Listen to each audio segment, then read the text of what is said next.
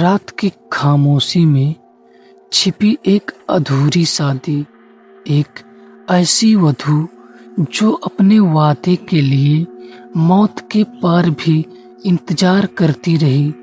जब कार्तिक उस पुरानी हवेली में कदम रखता है तो उसे नहीं पता होता है कि वो एक शादी में नहीं बल्कि अपने ही अधूरे अतीत के जाल में फंसने जा रहा है।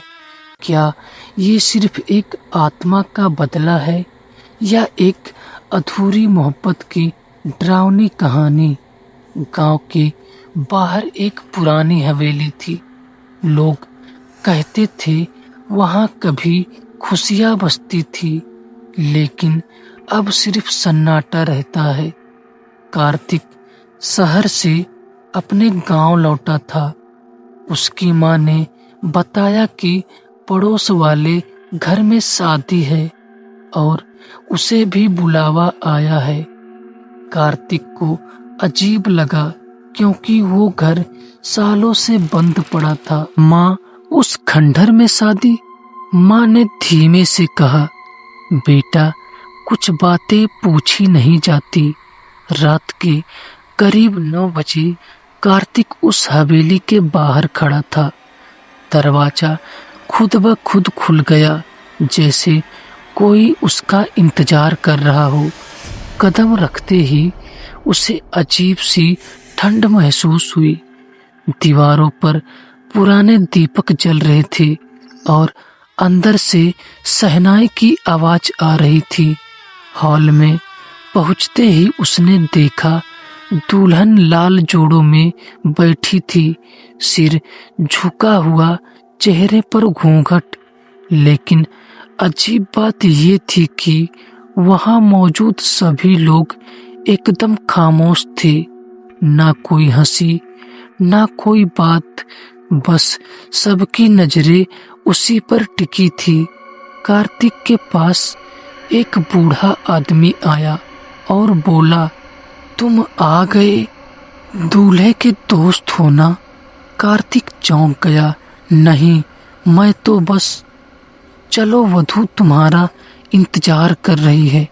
उसके पैरों ने जैसे खुद ब खुद चलना शुरू कर दिया। वो दुल्हन के सामने जा खड़ा हुआ। धीरे धीरे दुल्हन ने अपना घूंघट उठाया। कार्तिक की सांसें थम गई। वो चेहरा वो कोई इंसान नहीं था। उसकी आंखें पूरी काली थी और सड़े हुए होंठ और चेहरा जैसे कई साल पुराना लाश हो। अचानक वो दुल्हन मुस्कुराई, इतने साल बाद आए हो, मुझे छोड़कर क्यों चले गए थे? कार्तिक पीछे हटने लगा, मैं तुम्हें जानता भी नहीं। पूरे हॉल में बैठे लोग एक साथ बोले, झूठ। दीवारों से खून टपकने लगा। शहनाई की आवाज चीखों में बदल गई। दुल्हन धीरे धीरे उसकी तरफ बढ़ने लगी। तुमने मुझसे शादी का वादा किया था, फिर मुझे उसी दिन छोड़कर भाग गए। कार्तिक का दिमाग घूमने लगा। उसे अचानक कुछ याद आया, एक सपना या शायद सच। वो भी कभी इसी हवेली में आया था, एक लड़की से मिला था और शादी का वादा करके उसे धोखा देकर चला गया था। लेकिन वो तो बस एक सपना था, है ना? दुल्हन उसके बिल्कुल सामने आ गई। आज शादी पूरी होगी या फिर मौत? कार्तिक चिल्लाया और भागने लगा, लेकिन दरवाजा बंद हो चुका था। पीछे मुड़कर देखा, पूरी बारात उसकी तरफ बढ़ रही थी। सबके चेहरे सड़े हुए, आंखें काली और सबसे आगे वधू थी। तभी अचानक कार्तिक के गले में कुछ ठंडा सा लिपटा और फिर एक आवाज आई, अब भाग नहीं सकते। कार्तिक के गले में लिपटी वो ठंडी चीज धीरे धीरे कसने लगी। उसकी सांस रुकने लगी, आंखें बाहर निकलने को थी। वो हाथ पैर मारता रहा, लेकिन कोई उसे बचाने वाला नहीं था। पूरी बारात अब उसके चारों तरफ खड़ी थी। सबके चेहरे सड़े हुए, लेकिन आंखों में अजीब सी खुशी थी। तभी अचानक सब कुछ रुक गया। एक तेज चीख गूंजी, रुको! वो दुल्हन अचानक पीछे हट गई। हॉल के बीचों बीच एक बूढ़ी औरत प्रकट हुई। उसकी आंखें जल रही थी, हाथ में काले धागों की माला थी।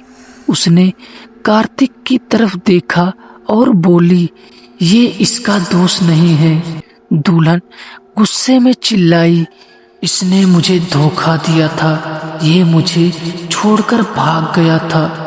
बूढ़ी औरत ने जोर से माला जमीन पर पटकी। सच देखो! अचानक कार्तिक के सामने सब कुछ बदलने लगा।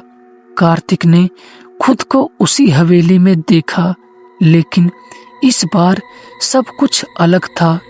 चारों तरफ रोशनी थी, खुशियां थी और सामने वही लड़की, लेकिन इस बार वो जिंदा थी, खूबसूरत, मुस्कुराती हुई। नैना और कार्तिक एक दूसरे से प्यार करते थे और उसी रात उनकी शादी होने वाली थी। लेकिन शादी के ठीक पहले गांव के कुछ लोगों को ये रिश्ता मंजूर नहीं था। उन्होंने कार्तिक को बहाने से बाहर बुलाया और उस पर हमला कर दिया। कार्तिक बेहोश होकर गिर पड़ा और उसे मरा हुआ समझकर नदी के किनारे फेंक दिया गया। उधर हवेली में नैना उसका इंतजार करती रही, घंटों, फिर पूरी रात। जब कार्तिक नहीं आया तो लोगों ने उसे ताने मारना शुरू कर दिए। दूल्हा भाग गया, तुमसे शादी नहीं करना चाहता था। ये सब सुनकर नैना टूट गई।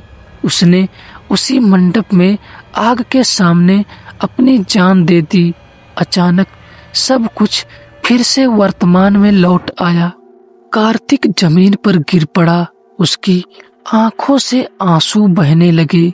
नहीं, मैं तुम्हें छोड़कर नहीं गया था, मुझे मारने की कोशिश की गई थी। दुल्हन की आंखों से खून के आंसू बहने लगे। तो फिर इतने साल मैं अकेले क्यों जलती रही? कार्तिक धीरे धीरे उसके पास आया, क्योंकि किसी ने हमें सच जानने नहीं दिया। पूरी बारात अचानक चीखने लगी, जैसे उनकी सच्चाई उजागर हो गई हो। बूढ़ी औरत बोली, ये सब वही लोग हैं जिन्होंने उस रात साजिश रची थी और अब ये आत्माएं बनकर यहाँ फंसे हुए हैं। दुल्हन गुस्से में कांपने लगी, तो असली दोषी ये हैं। उसने अपनी डरावनी आंखें उन आत्माओं की तरफ घुमा दी और एक जोरदार चीख के साथ पूरी हवेली कांपने लगी। एक एक करके सारी आत्माएं जलने लगी, चीखती हुई खत्म हो गई। अब हवेली में सिर्फ 2 लोग बचे थे, कार्तिक और नैना। नैना अब धीरे धीरे शांत हो रही थी। उसका डरावना चेहरा वापस वैसा ही हो गया जैसा पहले था। वो मुस्कुराई, शायद अब हमें सुकून मिल सकता है। कार्तिक ने उसकी तरफ हाथ बढ़ाया, लेकिन तभी नैना का शरीर हवा में बिखरने लगा। मैं अब इस दुनिया की नहीं हूँ। कार्तिक कार्तिक चिल्लाया। नैना नैना की आखिरी आवाज आई, अगले जन्म में अधूरी शादी पूरी करेंगे। और वो गायब हो गई। सुबह गांव वाले हैरान थे। सालों पुरानी बंद हवेली आज खुली थी। अंदर कार्तिक बेहोश पड़ा था और मंडप के पास एक पुरानी राख। कार्तिक की आंख खुली, उसके हाथ में एक चीज थी, एक लाल चूड़ी जो धीरे धीरे राख बन रही थी। जैसे ही चूड़ी पूरी तरह राख बनी, पीछे से वही आवाज आई, मैं फिर आऊंगी अपनी शादी पूरी करने। तो दोस्तों, ये रहा आज का कहानी। दोस्तों, ये कहानी कैसी लगी कमेंट करके जरूर बताइएगा। और अगर ये कहानी आपको अच्छी लगी तो हमारे वीडियो को लाइक और हमारे चैनल को सब्सक्राइब जरूर कर लीजिएगा। तो दोस्तों, मिलेंगे कल किसी और खौफनाक हॉरर स्टोरी के साथ। तब तक के लिए शुभ रात्रि दोस्तों।